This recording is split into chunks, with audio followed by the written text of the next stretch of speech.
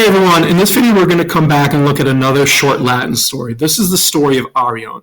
So if you want to see this in a different context or kind of look into it, this comes from the textbook called Easy Latin Stories for Beginners. It's a reader by George L. Bennett from the late 1800s. So it's a really good source. There's hundreds of different stories in there.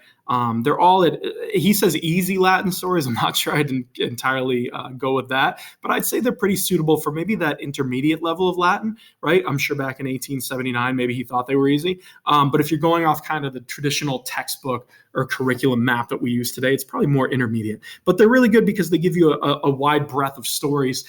Bennett in particular is using stories from Herodotus, right, the Greek historian. So they've got a different flavor to them than what you might see in a traditional textbook. And if you want to dive in more on that and get some resources for it, feel free to go to my website, Nova Latin, and you'll see it all there. But first, what I want to do, I've been doing with these short story videos, is read the entire thing for you. That way you can get practice listening to it. And then I'll pause the video, give you a chance to kind of dissect it, understand it, do whatever you have to do, and then we'll go through the translation together. But the best way I would say to do it is the read and reread method. So if you can find someone in class that you could read this to and have them read it back to you, or listen to my reading here, as I go, or as you go, you should write down any areas where you're not sure, you're a little confused, anything you just don't understand, and you try to pick it apart so you can find specific vocab and grammar that you can then go learn and brush up on. And the second time that you read through it, or third, however many times you need to, it should get much easier to do. So that's the approach we're going to take in this video. So to start, let's dive in with just a reading of the entire thing. And it starts like this. You have Arion, kitharista praeclarus erat. Is diu apud periandrum Corinthiorum regem versatus erat. Tum in Italiam Siciliamque navigare cupivit. In gentibus opibus ibi comparatis Corinthum redire voluit. Itaque Tarento urbe Italiae profectus est. Ibi navigium hominum Corinthiorum conduxera. Hi autem eum in mare projicere constituerum, pecunia enim potiri cupiebant, tum vero Arion consilium intellexit, tristis ad preces confugit, pecunia omni nautis oblata, vitam deprecatus est. Nautae vero precibus viri non commoti, mortem ei statim menati sunt.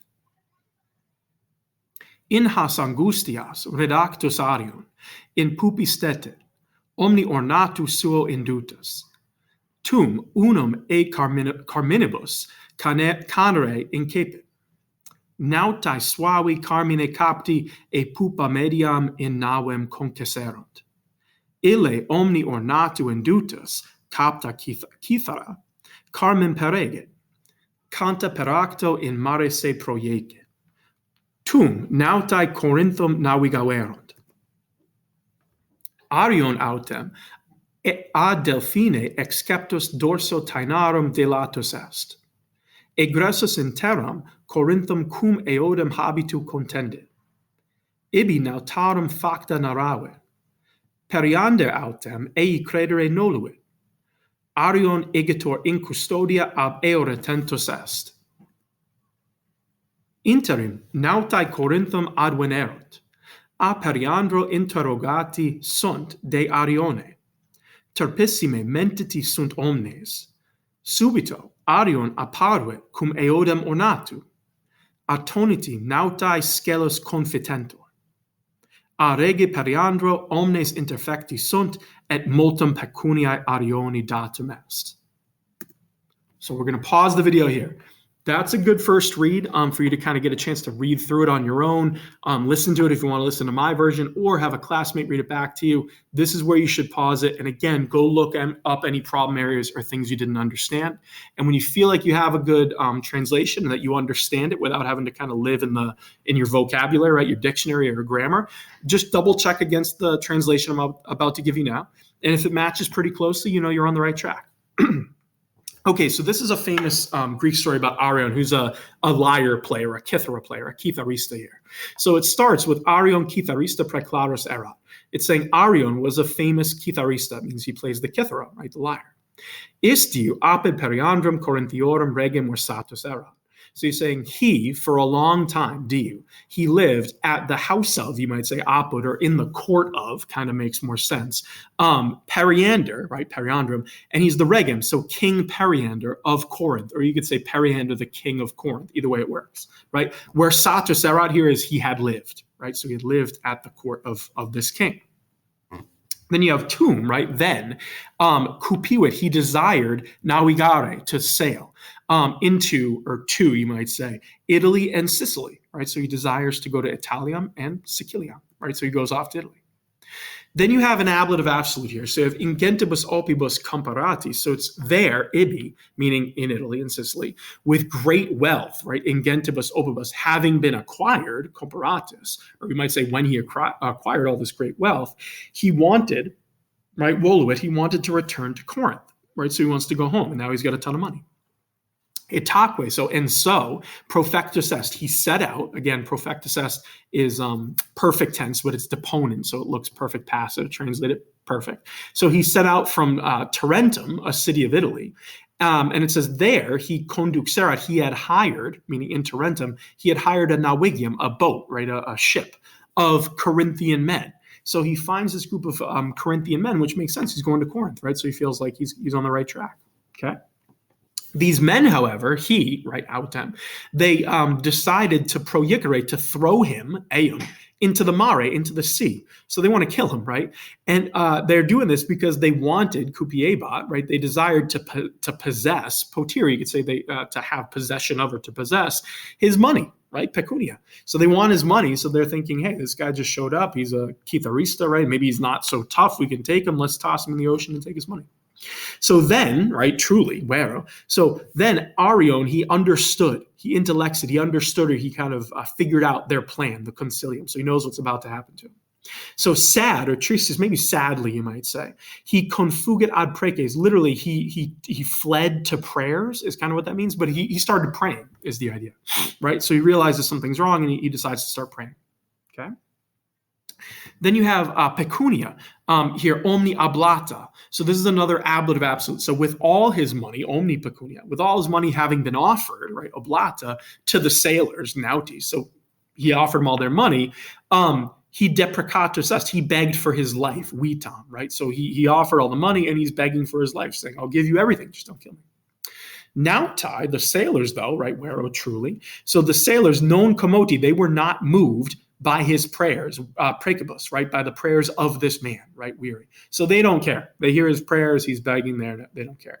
And immediately, minati sunt, they threatened, minati, you could translate it that way, right, perfect tense, they threatened him with death, or they threatened death to him is kind of what it means more literally. So they threaten him, they're like, we're going to kill you, okay?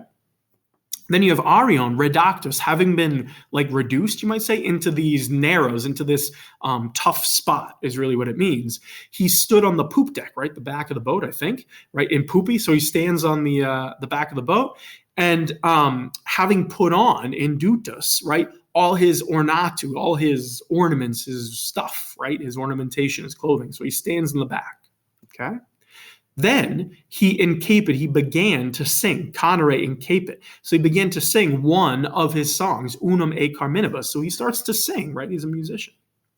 The sailors, and again, remember, he is one of the most famous Greek musicians. So the sailors captured, copti, or having been captured or captivated by the suavi carmine, by the sweet song, they concaseron, they kind of moved or departed from the pupa, right, from the back of the boat into the middle of the boat, right? So they're kind of drawn into his song, right?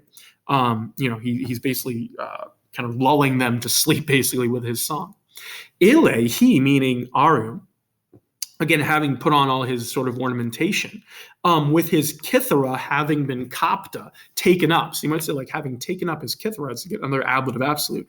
He finished the song. So now he's singing and he's playing the lyre, right, which is sort of his special power. He's a musician.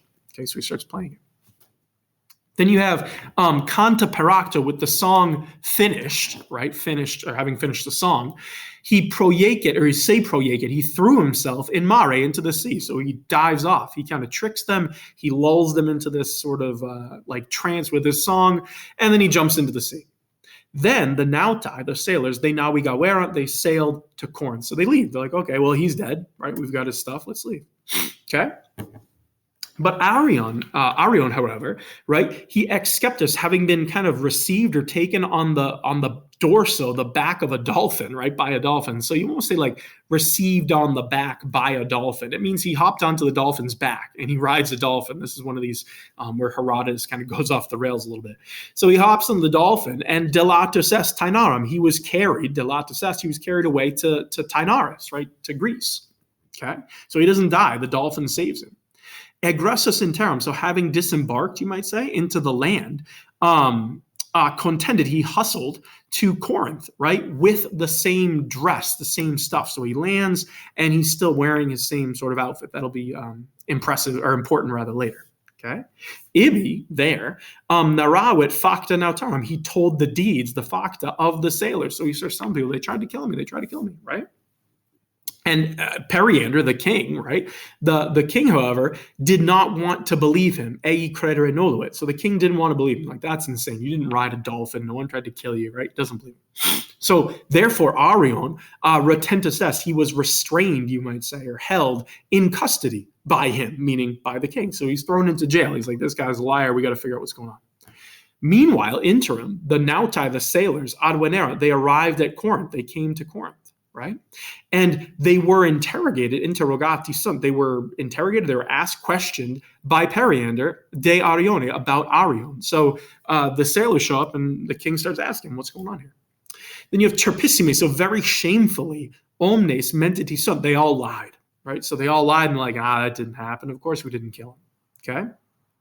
But suddenly, subito, Arion appeared, right? Arion apparuit. So suddenly he appeared with the same dress, the same stuff, the same ornamentation. So they're like, oh God, it's him. And they recognize him immediately. Like, how is he alive? So they're attoniti, astonished, right? The sailors, the astonished sailors, finally they realize, well, Arion is standing right there. We're in trouble. They confitent, they confess the skelis, the wicked crime, right? So they finally confess. Interfecti sunt, omnes, all of them, interfecti sunt, they all were killed by rege Periander, by King Periander, and much pecuniae, right, much of money, literally, but much money, datum est, was given to Arion, Arioni, okay? So that's the story. It's a fun little story about Arion, this famous Kitharista player, right? And he's saved by dolphins. It's a famous kind of ridiculous story from Herodotus. But that's what happens, right? He's singing, he goes, no one believes him. They show up, and then he appears in dramatic fashion. It's like, oh, yeah, he's still alive. He didn't die. Everyone's shocked. Like, how did you survive? Well, he survived on the back of a dolphin, right? That's the story you have here. So hopefully it made some sense, and you felt pretty good about it. If you have any questions at all, feel free to put them in the comments below. I'm happy to help you out or explain anything, or if anything didn't make sense, just tell me. But again, these stories from Bennett, these short stories, they're fun ways to kind of break up what you might see in a traditional Latin textbook and just read some more stuff. Like I always tell you, the more you read, the more you practice, the more it'll make sense. And you want to hit a point where these videos you can watch them or read the Latin, and you're not living all the time in your dictionary or having to look things up. You want to be able to read it for what it is. Okay? Keep after it. Let me know if you need anything, but otherwise, good luck.